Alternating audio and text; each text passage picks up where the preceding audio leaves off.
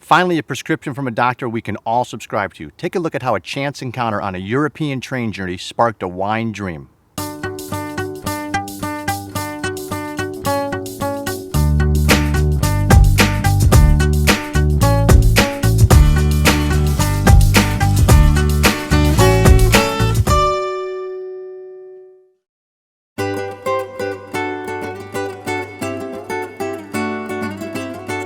Rachel and Marc, thank you for having us in on the eve of your 1-year anniversary, and orient the viewers to where we are physically and geographically.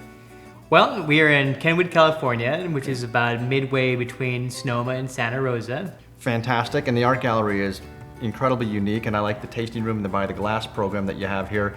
But it didn't all start here. You basically were bit by the wine bug, or he was bit by the wine bug. I married the one bit by the wine bug. Package deal. Yes. Husband and wine bug.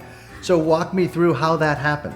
Where did you get the epiphany that says, I want to make wine? So I have degrees in medical technology, in biology, microbiology, and dance. And I studied at University of Washington in Seattle, and I decided I didn't want to be a dancing microbiologist or a dancing biologist. It's a huge market for those. Well, it's more fun that way. True. So I decided to take a sabbatical and go off to Europe, as one does. Oh, great. And I was traveling from Amsterdam to Paris, and I met this apprentice winemaker who was on his way down to Bordeaux for the harvest. And we started talking about what he was doing and how he was going about it. And I was like, that's so me. Started studying everything I could study. I was tearing up my backyard, planting vineyards. I was working at a local winery in Illinois, which is kind of crazy. Sure. Well, I can certainly see the science aspect of it from the biology. And the art and science blend is something that has always fascinated people that aren't in wine, because you do get to practice a little bit of the science and a little bit of the art as well. So what is your philosophy as it relates to winemaking from your production currently, and where are you now and where would you like to go?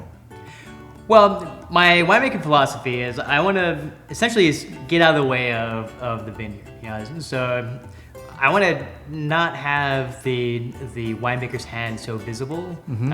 If you could tell me what kind of barrel I'm using, I think I've done something wrong. And you wanted it to be more than the transaction of selling wine, and you wanted to incorporate a few other pieces to it. Now, Harvard-educated physician, still practicing, mm-hmm. but you wanted to put a fingerprint on it, if you will, that's just more than economics. Tell me a little bit about that. Yeah, so as I said, I kind of married into this. I wasn't initially passionate about wine, but as a physician, I am passionate about science and about art. And I've often had, being in Sonoma County, I've had a lot of interest in the local food system. Mm-hmm. So when we were developing our brand and developing our philosophy, I really wanted this to be more than just making wine and selling it, but actually having a mission, having some guiding principles.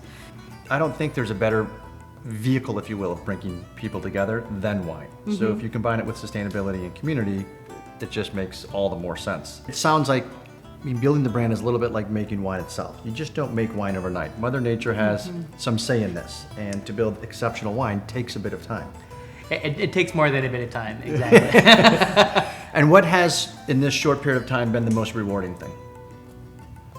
Well, I think opening the tasting room has been a huge accomplishment in less than 3 years, mm-hmm. that we opened our own tasting room in the heart of Sonoma Valley, and that we really feel like it represents our brand, and it's a space, like we said, with community that we can bring people to and have them not just enjoy our wines, but enjoy them in our space.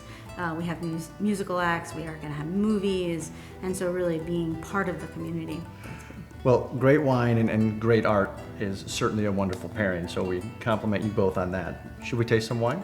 Yeah. Absolutely. Cheers. A brand new tasting room combined with a philosophy of small batch production and sustainability is helping making Orpheus a must-see destination in Sonoma.